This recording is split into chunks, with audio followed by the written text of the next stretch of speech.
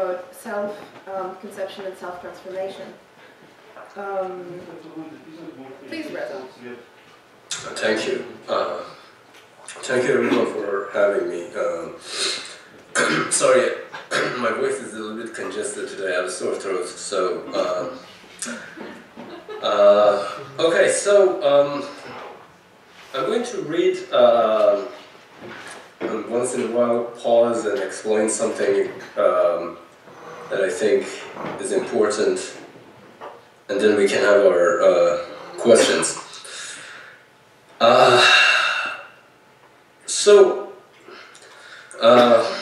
I think one of the most fundamental insights of Hegel is the identification of a spirit as Geist, and then functional analysis or functional decomposition of essential self-consciousness or essentially self-conscious creatures into basically a set of primary activities. Functions are traditionally, functionalism and functions has quite wide, broad range of meanings. But basically, the most general theme that is at the base of all these functional accounts or functionalist accounts is that a function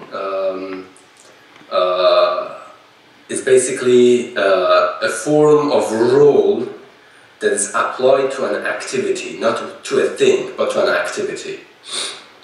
So basically, what makes a thing is not what a thing is, but what a thing does. You're going, excuse me, but you're going to need to pause at points to let me translate, so whenever that's fine, just pause. Oh, sure. Так, я думаю, можно не переводить. Одно из основных прозрений Гегеля – это функциональное разложение, в смысле decomposition анализ, сущностно-самосознающих существ. Это функциональное объяснение самосознания и, соответственно, духа через первичные активности. То есть это функциональное понятие духа. И понятие функции можно понимать по-разному, но самое такое общее, самое базовое понимание функции – это то, что функция – это роль. То есть то, чем является некоторая вещь, это не то, чем она, не то, что она есть, а то, что она делает. Go on.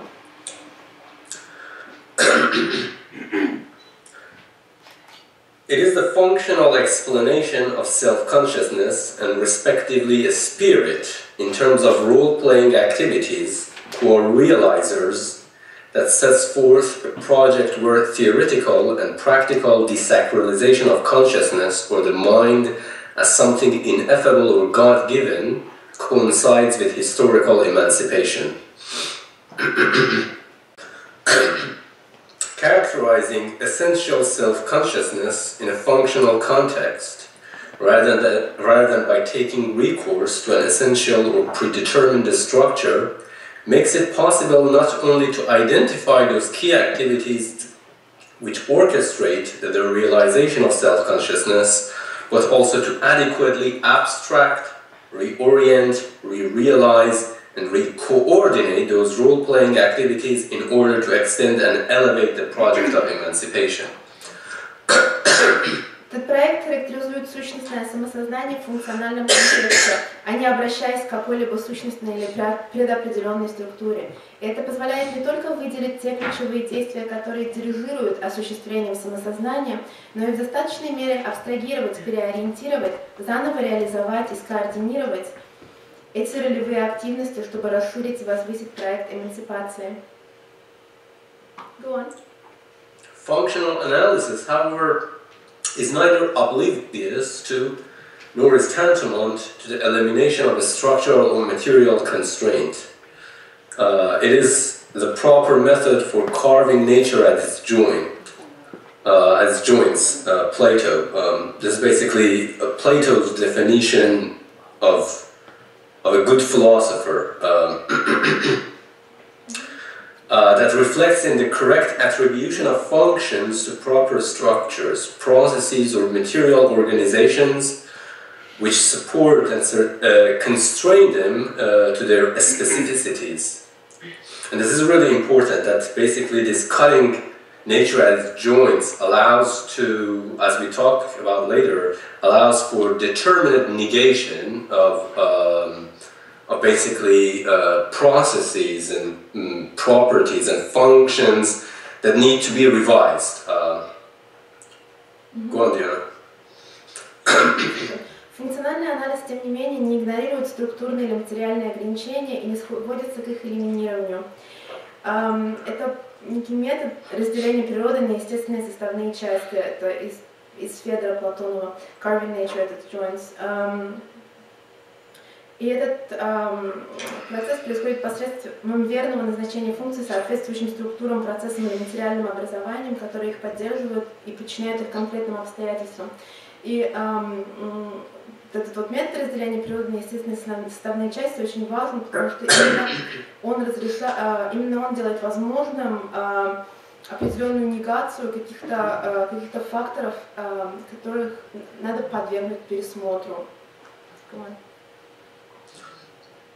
For this reason, functional analysis or decomposition entails a stereoscopic view that sees or quantifies a singular function in terms of activities that are both qualitatively distinct and are different from what the function appears to be doing. And this is really important because what a system appears to be doing is hardly ever what the system is actually doing, what the system actually does. По этой причине функциональный анализ или разложение предполагает стереоскопический взгляд, который квантифицирует отдельную функцию относительно действий, которые качественно отделимы и отличаются от кажущейся деятельности функции, потому что не всегда функция делает то, что, как кажется, она делает. While every functional stratum has its own order of uniformities, or regularities, it might be supported and constrained by different hierarchies of a structure and function, regardless of their order of distribution, in the sense that basically this distribution is usually understood as a nested form of hierarchy, but hierarchy in the sense that the interaction between top-down functional structural domain is highly intricate and counterintuitive. В то время как всякий функциональный уровень имеет собственный порядок правил и регулярности, он может поддерживаться и ограничиваться различными иерархиями структуры функций без относительно их порядка распределения. То есть у функций может быть какая угодно и как угодно запутанная иерархия. The identification of a function as dimensionally varied, that is, analysis in terms of the multiplicity of qualitatively distinct activities distributed across different levels of realization, and multiply constrained analysis in terms of the structural material and functional organizations which afford every activity or function a specific role or functional characteristics, is in principle a blueprint for the realization and reorientation of that function. So in this functional approach, the functional basically map of the structural functional organization of a thing, of an activity of a thing, is in principle a blueprint for its re-realization or realization. Распознавание функции как многоплоскостной, то есть ее анализ с точки зрения множества различных ее действий, распределенных по различным уровням осуществления, и распознавание функции как множественно ограниченной, то есть ее анализ с точки зрения структурно-материальных и функциональных образований, которые придают каждому действию определенную роль или функциональные свойства, является, в принципе, планом для реализации или реориентации той функции. То есть тут то, что важно, что функции, как бы, поскольку они показывают нам, как действует та или иная вещь, они также показывают нам, как эту вещь перенаправить или использовать по-другому. The dimensionally varied and multiply constrained analysis of a function, when we are saying multiply constrained, basically means that it's constrained both by certain structural and material organization and also certain underlying functional relations between basically these different structural strata. The dimensionally varied and multiply constrained analysis of a function is in reality a deep picture of what a collection or an organization is doing as a complex geometrical configuration of materials and activities, processes and performances. Такой многоплоскостный и многогранный, я перевела multiply constraint как многогранный, тут constraint, то есть ограничено в смысле, что у каждой функции есть какие-то материальные ограничения и какие-то функциональные ограничения, которые поступают от других функций. Такой многоплоскостный и многогранный анализ функций на самом деле дает углубленное представление того, что совокупность или образование делает в качестве сложной геометрической конфигурации материалов и действий, процессов и исполнений. The overall morphology of a function, that is its attributes, is determined by interplays of processes and performances which cannot be simply merged or intuitively added together. The identification of function as flat and therefore unconstrainedly abstract makes the issue of the realizability, reappropriation and functional change appear already at hand and only a matter of understanding and intervention at the level of immediate cognitive and practical resources. Общая морфология функции, ее атрибуты, определяются взаимодействием процессов и исполнений, которые не могут быть просто слиты или непосредственно сложены вместе. Распознавание функции как плоской и таким образом неограниченно абстрактной помещает вопросы осуществимости, повторного усвоения и функционального преобразования уже в наше распоряжение. И всего лишь как проблема понимания и вмешательства на уровне непосредственных познавательных и практических способностей. And this is something that we will talk about later on, that a flat picture of function as being unconstrainedly abstract is correlated, in fact, to the abstract negation of those underlying activities and structures that need to be changed, that need to be reconstructed. And it's basically, so abstract, flat abstract picture of function is correlated to the jurisdiction of abstract negation, which for Hegel is essentially a path to despair in history.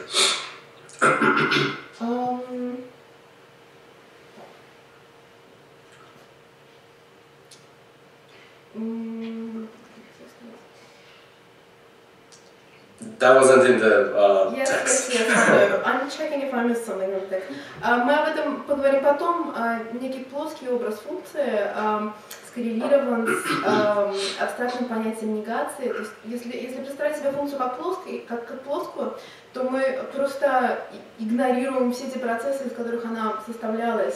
Мы рассматриваем только один его уровень. Это опять-таки у Гегеля соотносится с понятием абстрактной негации. Это путь к отчаянию. Вот к чему это.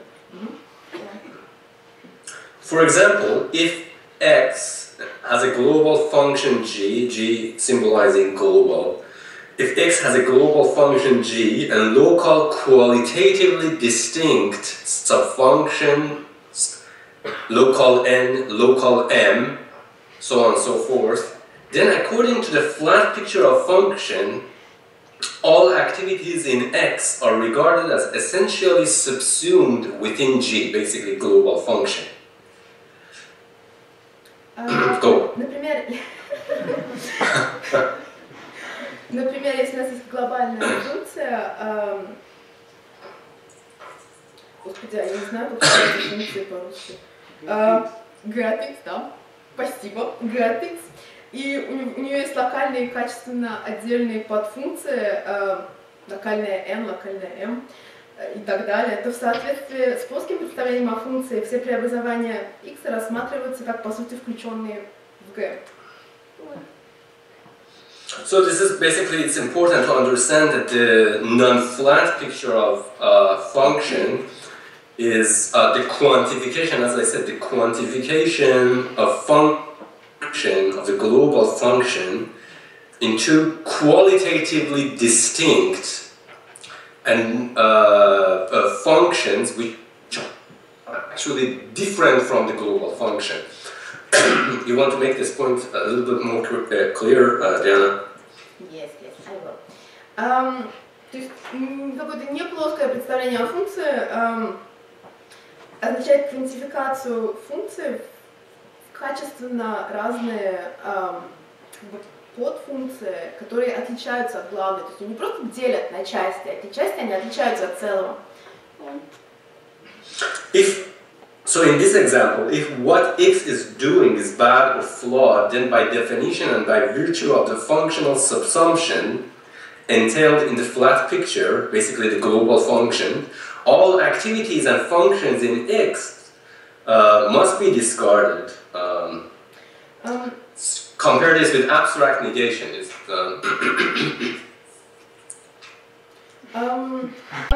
Значит, если то, что... Сейчас мы рассматриваем плоское представление о функциях. Если то, что делает, значит, нас субъект x, ущербно и неверно, то по определению, благодаря функциональной включенности, предполагаемой плоским представлением, все действия подфункции x должны быть забракованы. Сравните с абстрактной негацией, если можете. Я не могу. Go on. Or if what x is doing is good or adequate, then according to the flat picture of function, all activities within x must be preserved. Similarly, a flat picture of function can perpetuate biased assumptions regarding the prospects of change, subversion, realizability, and implementation, ranging from resignatory cynicism to fatalist optimism. Напротив, если то, что делает x, хорошо или достойно, то все действия и его подфункции должны быть сохранены. Также плоское представление функции может закреплять пристрастные предположения касательно перспектив изменения, переворота, осуществимости и внедрения, начиная открещивающимся цинизмом и заканчивая фаталистичным оптимизмом.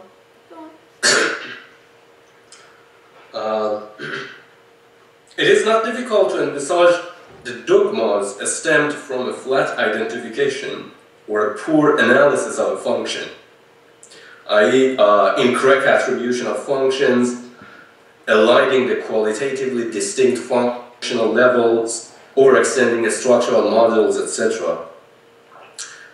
Prescriptions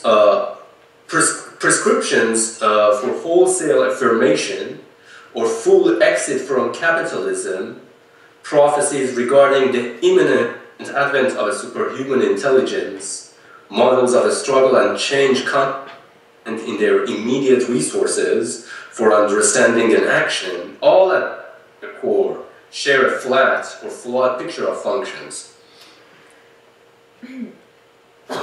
Несложно представить, какие догмы могут возникнуть в результате плоского распознавания или плохого анализа функции. Например, неверное назначение функций может быть результатом. Смазывание качественно различных функциональных уровней, чрезмерное расширение структурных моделей и так далее. Предписание для полноценного утверждения или полномасштабного исхода из капитализма, это один пример, типа мы уйдем от капитализма, все будет круто. Предречение неизбежного пришествия сверхчеловеческого интеллекта, модели борьбы и преобразования, уверенные в своих непосредственных способностях понимания и действия, все так или иначе основываются на плоском или искаженном представлении функции. Ну, короче, весь утопизм на этом основывается. Hegel's recognition of the spirit, qua a collection of rational agencies, or essentially self-conscious creatures, as a function and subsequently decomposition of this function into qualitatively distinct activities, should be seen as a systematic attempt to uncover the deep picture, or more accurately, the dimensionally varied and multiply constrained account of function. Гегелевское отождествление духа с совокупностью рациональных агентностей или сущностно самосознающих созданий как функций и, следовательно, разложение этой функции на качественно различные действия должно рассматриваться как систематическая попытка раскрыть углубленное представление, или точнее многогранный отчет о функциях. By analyzing the meaning of essentially self-conscious in terms of activities and further functional decomposition of these activities into other distinct processes, capacities and subcapacities whose causal and inferential links bring about the realization of consciousness, Hegel points to hitherto unknown realizers and material organizations, powers and constraints. Анализируя значение сущности самосознающего через призму действий и дальнейшего функционального разложения этих действий на другие различные процессы и способности, чьи причинные и инференциальные связи приводят к реализации сознания, Гегель указывает на доселе непознанные реализаторы или осуществители и материальное образование, силы и ограничения. Insofar as this move brings the spirit to light as a functional organization deeply enmeshed in performances and material structures, it inaugurates a new stage for the spiritual struggle, that is, a struggle pertaining to the spirit in constituting its own history. Поскольку этот ход показывает дух в качестве функционального образования, глубоко увязшего в исполнениях и материальных структурах, он ознаменует собой новый этап в духовной борьбе. То есть в той борьбе, путем которой дух конституирует, создает свою собственную историю. This new stage is characterized by its thoroughgoing theoretical and practical desanctification of space and time, by its avoidance of ineffability and mysteries in explaining and intervening with the history of the spirit, and by highlighting those structural joints, what we previously talked with regard to Plato's quote, or material organizations which should be treated as sites of a struggle in order to liberate, cancel, or change a specific function and respectively facilitate the history of the Geist as a functional self-realization. Этот новый этап характеризуется доскональной теоретической и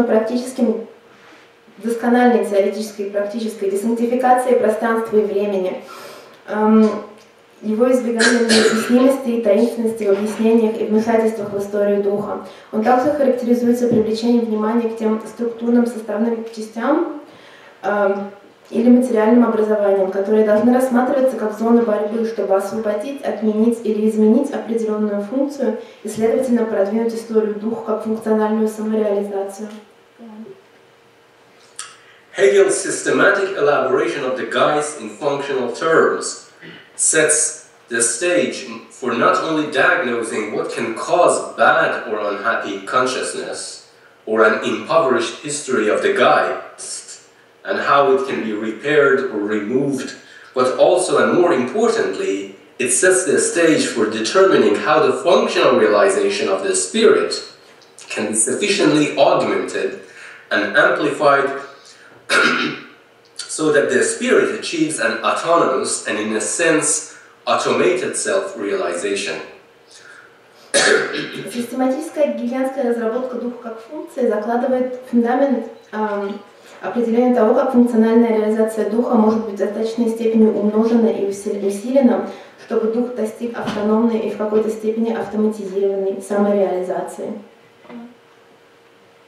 I said, in a sense, automated, because this automation is neither fully self-referential nor identically iterative of its past history. So it's basically not fully self-closed and nor basically purely iterative. Instead, it suggests the intertwinement of self-referentiality and negation, basically self-referentiality come negation, as an engine for bootstrapping new complex abilities from primitive abilities. Я говорю в какой-то степени, то есть в какой-то степени автоматизированной самореализации, потому что эта автоматизация никогда не является полностью автореферентной или идентично повторяющей собственную историю.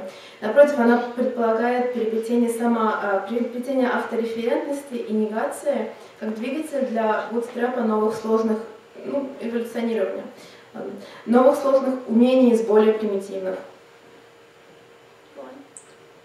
What it is and what it has been is simultaneously recognized and negated in order to infer and realize a new functional level that can no longer be simply determined by its antecedent conditions. The functional transcendence of the spirit is not elevation in the order of finitude, fixated on the boundary and the promised infinity beyond. It is the diagonalization of the finitude. То, что есть некая вещь, и то, чем она была, одновременно распознаются и отрицаются, чтобы вывести и реализовать новый функциональный уровень этой вещи, который больше не может полностью определяться предшествующими ему условиями. Функциональная трансценденция духа не возвышение порядка конечного, закрепленное на ограничении и обещанной бесконечности вне его, а скорее диагонализация конечности. I'm sorry, I'm going to ask you something actually. Could you say a couple more words about diagonalization? Because it was something I didn't fully understand when reading the text. So it's like for my own sake. Yeah, 1 second. Yeah, basically diagonalization, and I will talk about this a little bit later on. Diagonalization, when I'm saying diagonalization, basically I mean it in the sense of the general principle underlying Cantor and Gödel's diagonal theorems. Diagonalization in the sense, basically diagonalization for Cantor is, to show that uncountability, or basically different order of cardinalities. But what is really the underlying logic of the diagonal theorem is to show that between different states or different sets or domain, there is no bijectivity, meaning that there is no one-to-one relationship. And because there is no one-to-one relationship, the newest state, which has been constructed out of iteration and negation of the past state, can again perpetuate a form of self-dissimilarity, in the sense that how it iterates itself and how it negates this iteration at the same and one time creates this self-dissimilarity, more non-bijective states of transition between basically the current state and the future state and the past state. Я, если что, спросила, о чем он говорит, когда он говорит о диагонализации, потому что я не очень понимала, как он использует этот термин, и я решила, что лучше спросить сейчас. Смысл этого в том, что если у нас есть два разных множества, то между этими множествами нет бьекции или нет какой-то... то есть они не накладываются точно один в один друг на друга. И новое множество, которое производится из первого, оно одновременно повторяет и отрицает первое множество, из которого оно выводится. И таким образом оно становится, повторяет себя, и оно становится отличное от себя. Он еще об этом расскажет.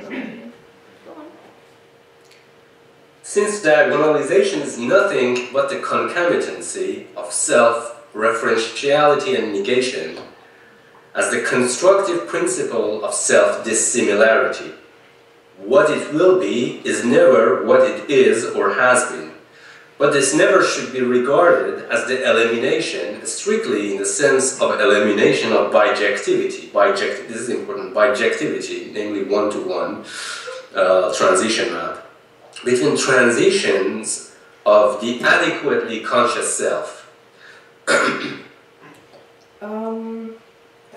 Поскольку диагонализация не что иное, как сосуществование автореферентности и негации как конструктивный принцип саморасхождения, то есть то, что будет, никогда не есть то, что есть, или то, что уже было, и это никогда должно рассматриваться как исключение объективности или наложение вот этого вот один в один между преобразованиями чего-либо.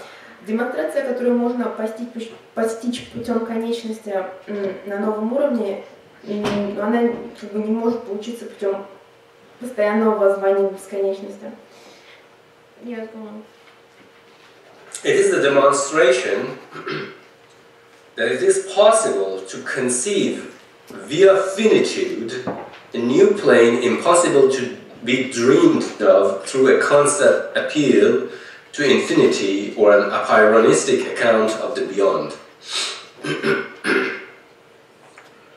Да, я уже это сказала, это нельзя постичь посредством постоянного воззвания бесконечности или какому-то пиранистическому тому, к чему нам нельзя, то, что как бы за нашими пределами. It is in the above sense that Hegel's functional decomposition of the spirit as that which has a history and is endowed with the capacity for self-augmentation lays the groundwork for what Althusser calls Marx's monumental discovery, the uncovering of history as a continent of scientific knowledge whose functional analysis brings to light a concrete schema of events, material organization and processes where sites of diagnosis, a struggle and intervention must be formed in order to implement any consequential change. Именно в вышеописанном смысле Гегелево функциональное разложение духа как то, что обладает историей и способностью самоулучшения, самосовершенствования, закладывает основу того, что Альтусер называет монументальным открытием Маркса, открытие истории как сферы научного знания, чей функциональный анализ освещает конкретную схему событий, материальных образований и процессов, где зоны диагноза, борьбы и вмешательства должны быть сформированы, чтобы выполнить любое последовательное изменение. Change in a structure is only carried out to effectuate a change in function, with the understanding that the relation between function and a structure is neither bijective, one-to-one, nor surjective, since not all the structures contribute to the realization of a function. Well, it's because of a translation, obviously. Yes, it's okay. So basically, okay, let me just say something that basically what I wanted to talk about, which was the order of scientific intelligibility as pertaining the intelligibility of the non-manifest basically needs to be understood itself as a transformative vector in the order of self-conception and in the order of self-transformation. Because this non-manifest intelligibility forces a transformation in the very structure of thought. And in fact, if practical intelligibilities need to be required to be remain intelligible, they need to basically resynchronize themselves with this tension, with this intelligibility, with this basically transformative order of intelligibility that encroaches on the very structure of thought. And the thing, what I want to talk about at the end is that basically we can talk about the project of a spirit as not only a cultivation in the order of intelligibilities, but also answering the final question that what is intelligence? And what is intelligence is that which knows what to do with the intelligible, pertaining to itself and the world. And basically it's the ultimate commiseration of practical intelligibilities and intelligibility of the world. Can you repeat the last sentence? That's a lot of stuff to translate, you know? Yes. I said basically the final question remains is the commiseration of practical intelligibilities with the intelligibility of the world. With this intelligibility of the world, both is intelligibilities of reason and intelligibility of the non-manifest.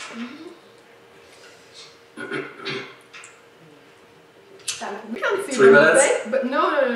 We have half an hour, but that actually includes questions. Oh, okay. What do you suggest? We can go to questions, or I can read one key paragraphs and you translate it. The one that basically that basically the excavation of this order of intelligibility ultimately leads to the project of self-realization.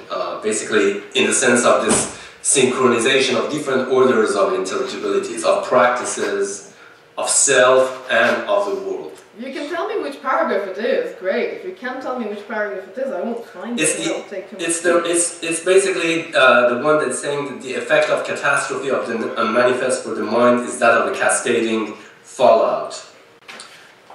The effect of the catastrophe of the non-manifest, which is basically the excavation of the order of intelligibility, of a new order of intelligibilities by scientific rationality, for the mind is that of a cascading fallout leading to a noetic catastrophe. If the mind is conceived as the edifice of cognition with entry and exit doors, Wilfred Sellars, or two gates, Mo Zhongsen, connecting the neurobiological domain, intellect belonging to the order of the real, order ascendi, to the social domain of cognition, intellect as a social function, then the intelligibility of the non-manifest simultaneously uncovers the natural history of the former and incites revolution in the rules and purposive actions of the latter. Так, ну что же. Научная интеллигибельность катастрофически влияет на разум, катастрофически не в плохом смысле, просто заставляет нас переоценить то, как мы думали о разуме. И эффект этой катастрофы на разум – это эффект цепной реакции, который ведет к духовной катастрофе. Духовный в смысле noetic, там нет никаких красивеньких, то есть никак не связаны ни с чем эзотерическим. Если разум постигается как строение познания со входами и выходами, Sellars, или двумя вратами, Мудхангтянь, соединяющими нейробиологическую сферу и социальную сферу познания, тогда интеллигибельность научного одновременно раскрывает естественную историю первого нейробиологической сферы и подстрекает к революции в правилах и целенаправленных действиях второго социальной сферы. A mind that has access to the natural history of its constitution and is proficient in modifying its rules and crafting its purposive actions as an adaptation to the order of intelligibilities, both theoretical and practical, is a mind capable of self-realization. У разума, который способен к самореализации, есть доступ к естественной истории своего построения, и он искусно изменяет свои правила и оттачивает целенаправленные действия в качестве адаптации к порядку интеллигибельности, теоретическому и практическому.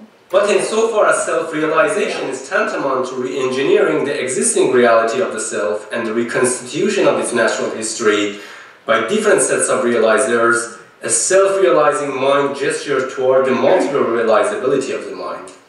A multiply realizable mind is also capable of readapting the intelligibility of its actions to the intelligibility of alternative realizers. For example, an alternative image of the human as a complex impersonal system whose functions can be realized by alternative entities or systems is in reality a mind that not only redefines its meaning in the sense of how it can be realized and implemented in different organizations, but also one that repurposes itself and its actions according to these meanings. Artificiality is in this sense the truth of the mind or a spirit set in motion by the order of intelligibilities. Но поскольку самореализация равнозначна перестройке существующей реальности самости и воссозданием ее естественной истории различными группами реализаторов, самореализующий разум двигается к многогранной, многосторонней реализации разума, реализации себя. Многогранно реализуемый разум также может переприспосабливать интеллигибельность его действий к интеллигибельности его реализаторов. Это определенный образ человека как сложной системы, чьи функции могут реализоваться различными системами и формами. Многогранно реализуемый разум – это такой разум, который не только переопределяет собственное значение в том смысле, в котором оно может быть осуществлено или внедрено в различные образования, но и такой, который переназначает себя и свои действия в соответствии с этими значениями. Это и стоит за понятием искусственной. Yeah, go on. For what does the artificial stand for, other than repurposing what is naturally given without violating natural laws, and the ability to be realized in an alternative organization or complex to the one that currently constitutes it, which is to say realization in the artifactual. The cascading effects of the catastrophe of the non-manifest culminate in the functional evolution of the mind as a self-realizing Geist. For this reason, the intelligibility of such catastrophe, the catastrophe of the non-manifest in the sense of it being discontinuous to the radical incompleteness of the manifest, how we appear to ourselves, should be seen as an explosion of enablement, both in the order of self-conception and in the order of self-transformation. We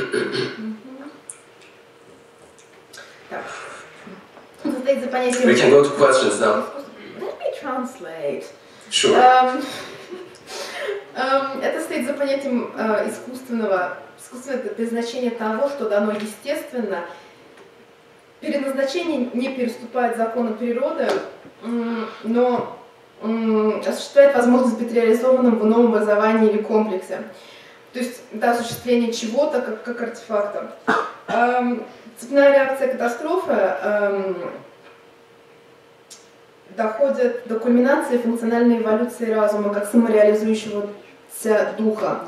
По этой причине интеллигибельность такой катастрофы, то есть разрыв, который наука прорывает по отношению к явленному, должна рассматриваться как взрыв, расчищающий поле возможного в порядках как самопостижения, так и самопреобразования.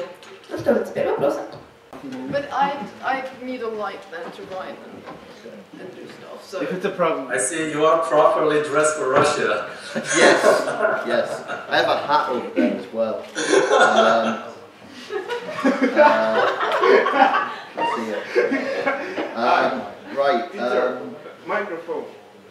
Oh, okay, so can people hear me now? Yeah. Great. Okay, so I thought that this relationship between the flat perspective on functions and abstract negation is very interesting. So specifically what you said about this flat conception of functions was that if you take, say, the particular structure of an overall functional system to be inadequate in some way, say to be bad or to be good, then the flat perspective means that its components are thereby viewed as bad or good in the same way. There's kind of a transposition of goodness and badness. Yes. Now this seems straightforwardly analogous to me to a sort of Hegelian view of truth, insofar as a sort of abstract, the abstract negation view of say theories is that a theory is just true or false, and if there's no such thing as kind of partial truth or partial falsity, so there's no useful sense in which, you know, Einsteinian relativity is better than say Newtonian classical mechanics, even though you might want to say there are problems with both. So in that case, what you have is a situation whereby as soon as there's an inadequacy with any part of a theory as a whole is viewed as bad, and that is therefore kind of projected downwards onto the whole. Yes. What I was wondering was whether there's something stronger than an analogy here. I was wondering whether you were deliberately sort of bringing out a correspondence between the theoretical and practical dimensions of reason from a Hegelian perspective. So I was wondering whether there's anything like a sort of straightforward mapping between sort of theories viewed as things that can be partially better or worse in a kind of progressive and interesting historical way, and functional structures. That would make for quite a nice sort of correspondence between a sort of Hegelian view of the development of theoretical understanding and the development of, say, social structures as functional systems. Does that make sense? Yes, well, I mean, this is something that I need to work out, but yes, as you say, for example, just rather than answering your question, as I said, it's something that I really need to work out to be able to coherently answer this. But yes, as I see it, basically, we see it in the progression of, for example, scientific theories. Basically in sense of scientific explanation, that each scientific explanation should explain the truth of the basically the previous theory by basically cut this previous theory at its joints to particularize specificities of the previous explanation. In this sense, for example, in the progression of the scientific explanation, it needs to approximate the truth of the previous one, but also by virtue of this, this determinate negation, shows that the previous explanatory theory is strictly false. And this comes back to this idea that the job of a philosopher, job of a good scientist, is like a good butcher who carves problems at their joints rather than splintering, the meat by, finding. And this is really the idea of the determinate negation, the recognition of the specificities. And the same thing we see it in the social theory. This is really what Marx talks about, and of course, the majority of Marxists today are completely oblivious to this, that basically the deep analysis of a function really brings to light, brings to focus those specificities, those material constraints that need to be basically determinately negated, constructed, revised, or modified. Without a general picture, we are simply incapable of talking about a struggle, because a struggle is about those specificities. For Pete, can you speak Russian now? Oh God, no. much to everybody's sorrow, I imagine. I have one kind of follow-up to that question, if people don't mind, sure. Which might be a bit too specific, but I know you've been reading Andre Rodin's work, because you sent me a paper by him on univalence and identity. Yes. Have you read his paper on category theory and mathematical structuralism? No. Okay, Okay, go on. I ask this just because he has this view of mathematics as, you might not endorse this anymore by the way, but he has this view of mathematics as inherently historical. So he thinks that, for instance, the Pythagorean theorem as it is taught today, although it's the same theorem as it was taught by Euclid, you can't see this sameness as being a matter of structural invariance, because he thinks this quite specifically because the transformation between the Euclidean version of the Pythagorean theorem and the more modern version of the theorem in geometry is one way. There's no, quite literally, there's no bijection. So he sees this idea of historical progression through which structure is preserved but adapted and developed in a kind of holistic way. In precisely the sort of terms you do, as this kind of catastrophic split, which can be understood as the breaking of bijection. The diagonal, yes. You only get these kind of transformations between theories as a whole, and the kind of sequence of those non-reversible transformations is the kind of historical development of rationality. And having that perspective within mathematics is interesting, because mathematics is always the limit case when we think about knowledge. You know, it's always the difficult case for thinking about reason. Yes, I mean, William Lover basically has this view, and he explicitly calls it a Hegelian view of mathematics, that basically transition of mathematical constructions in this sense needs to be understood as a particular form of transition between particularities. The particularities at the level of construction being more general.